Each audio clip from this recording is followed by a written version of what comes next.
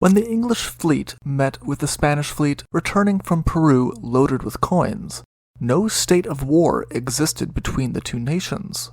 What would follow would change that, and the Nuestra Senora de las Mercedes would explode before finding her final resting place at the bottom of the ocean. The story of the cargo of her coins was far from over, though. It would turn into an international battle, though this one was fought in the courts.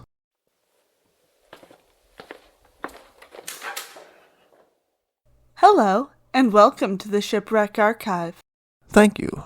Would you happen to have the contested treasure of Nuestra Senora de las Mercedes?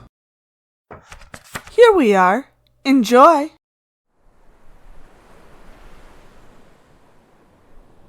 The Nuestra Senora de las Mercedes had sailed from Cadiz to Lima to fill her hold with the products of the South American mints of Spain. Now that she was off the coast of Portugal, her dangerous voyage was almost over, but an English fleet now appeared on the horizon. Peace treaty or not, this was not a welcome sight for the Spanish treasure fleet, and it was even less so when it became clear that the English fleet was headed in their direction. The Spanish fleet could only wait to see what it was that the English ships wanted of them. They had just heard that morning from a Dutch ship that peace between England and Spain was still intact, but with the overwhelming force of the English side clear, the order was given for the Spanish ships to prepare for combat and to hoist the Spanish flags.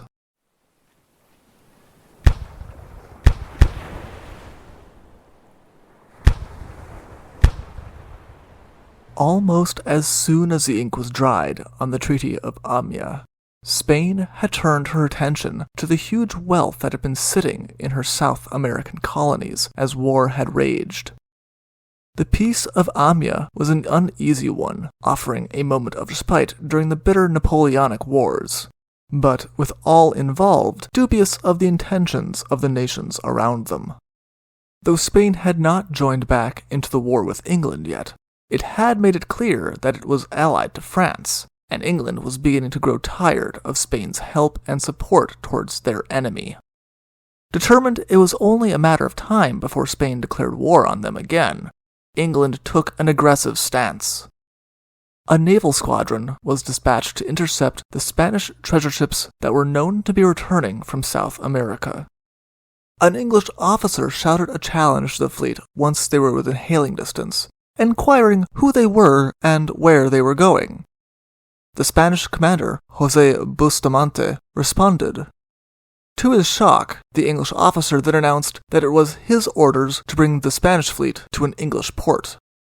To the Spanish fleet, who had just been assured, just that morning, that peace still existed between the two nations, this was a shocking and unreasonable demand, and they flatly refused. The English responded with a broadside. Almost immediately, the two fleets would be locked in combat.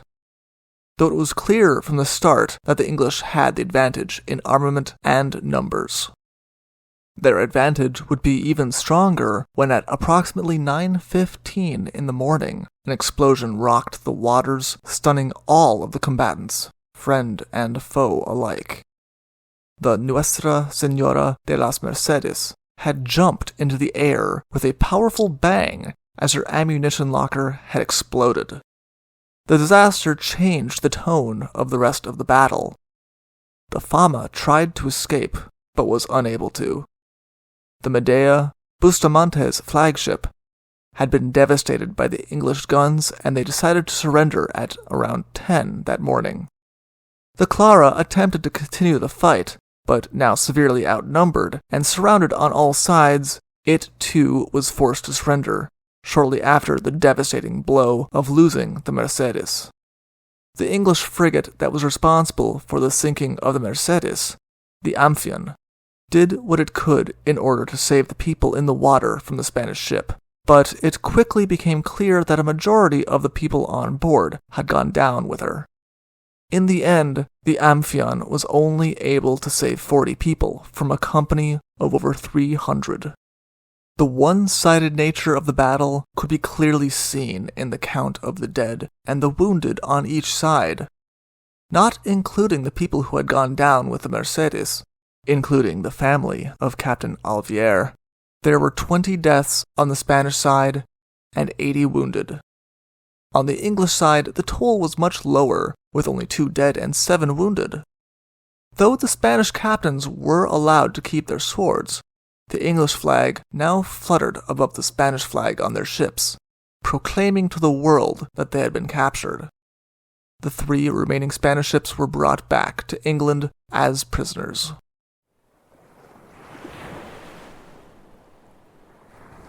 If Vice Admiral Graham Moore of the English fleet expected that his fortune would now be made with his rich prize ships, he would be disappointed.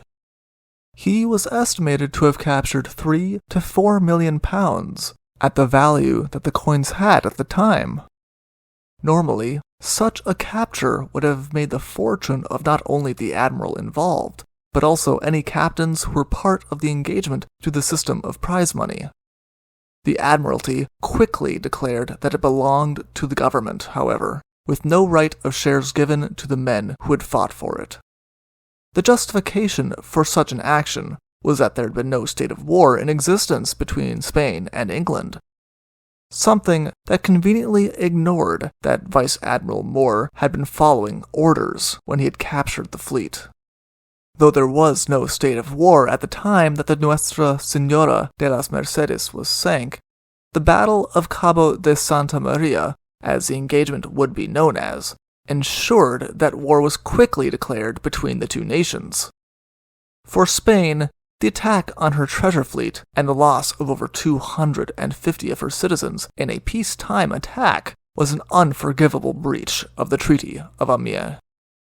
The Nuestra Senora de las Mercedes was considered by many to be a war grave, a site where the victims of that attack should peacefully be allowed to rest.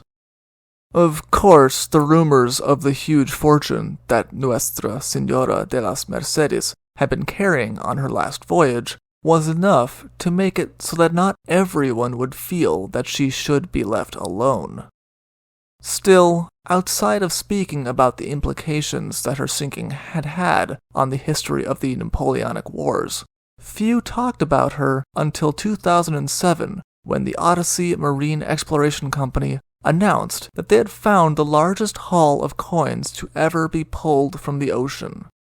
The question in Spain was, what ship did they belong to? If they were from a Spanish state-owned ship, no matter how old, the doctrine of sovereign immunity in maritime law would make this fortune theirs. But if it was a private ship that had been carrying Spanish coins, Odyssey would have their claim to them. With no shortage of Spanish treasure at the bottom of the ocean, proving her identity would prove to be difficult.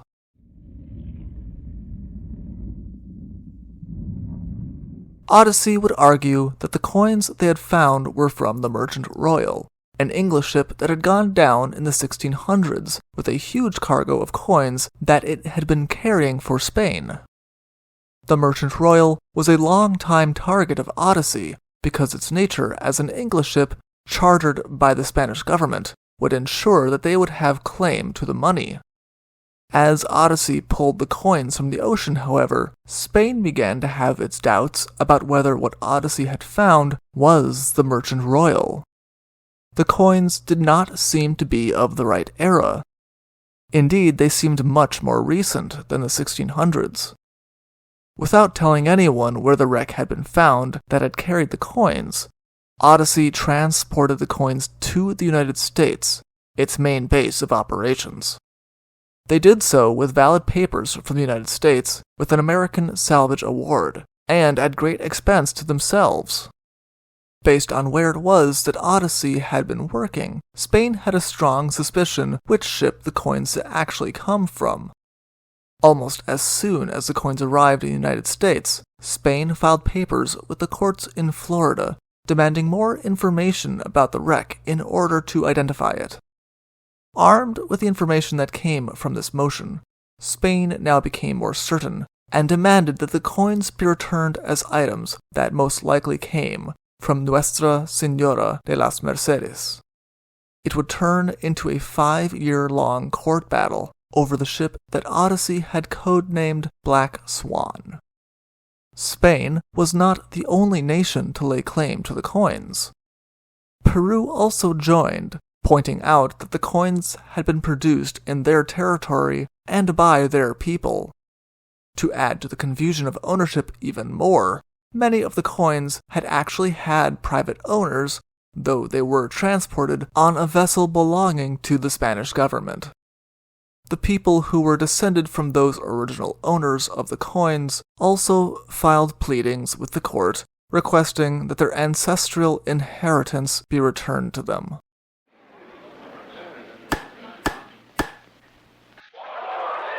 In 2009, after many court filings, a decision was made.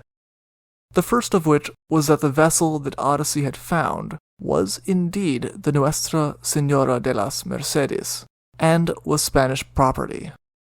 The second decision was that the court had no jurisdiction in the matter under the Foreign Sovereignty Immunities Act. On those grounds, they honored Spain's motion to dismiss the Odyssey salvage case, and they ordered that the money should be returned to Spain. Odyssey had no right to hold on to it so long as it had not been awarded to them in their salvage case. There were further allegations levied by Spain against Odyssey, including the possibility that Odyssey had intentionally hidden 300 coins solely for the reason that they showed evidence of the explosion that had sank the Nuestra Senora de las Mercedes. While ships carrying Spanish coins sinking along the coast of Portugal had not been terribly uncommon, there were far fewer ships carrying Spanish coins that had exploded. At first, Spain's case had looked as though it had hit a snag when a cannon from the Invincible Armada of 1588 was found on the wreck site and brought forward by Odyssey as evidence. Surely such an old cannon did not belong on a ship from the 1800s. In the end, this would only strengthen the case for Spain, however, as it was found in the manifest of the Mercedes that just such a cannon had been part of her cargo. It became very clear as the case went on what the identity of the wreck most likely was, no matter how much Odyssey argued otherwise. As for the descendants of the people who had originally owned the coins, the courts pointed out that the United States and Spain have a treaty that requires the United States to treat Spanish wrecks in the same way it would treat United States sovereign wrecks. This meant that the coins on the Mercedes were officially a part of the wreck, and not a separate matter, under the Sunken Military Craft Act and the Abandoned Shipwreck Act.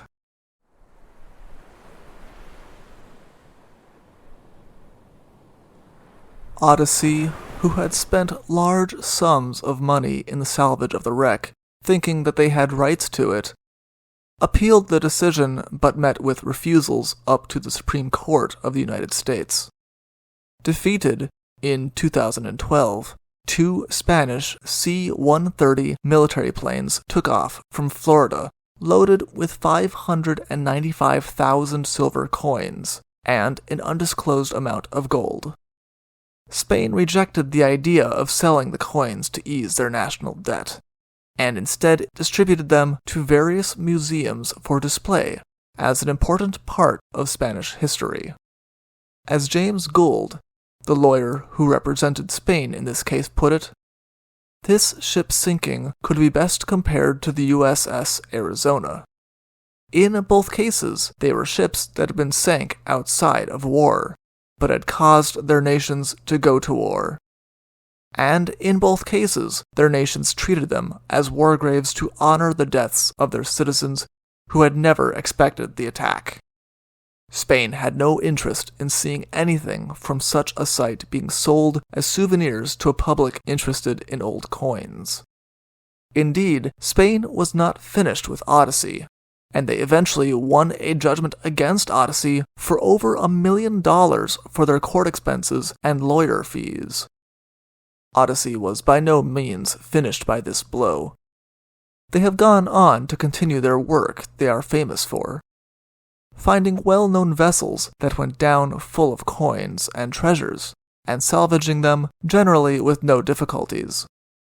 In this case, however, they can be compared to Vice Admiral Graham Moore, who had so hoped that capturing the fleet of Spanish treasure ships would lead to his fortune, only to have them taken away. The allure of such coins is great, and many men died for them. But they have reached their original destination at last in Spain, where it seems they will finally rest. For the court documents for the fight over the coins of the Nuestra Senora de las Mercedes, please see the Case Law Database entry for the shipwreck on the United Nations Office on Drugs and Crime website. For more information about this ship and the battle that sank her, please see our sources in the description below. Thank you for listening. Thank you for visiting the Shipwreck Archives. See you soon.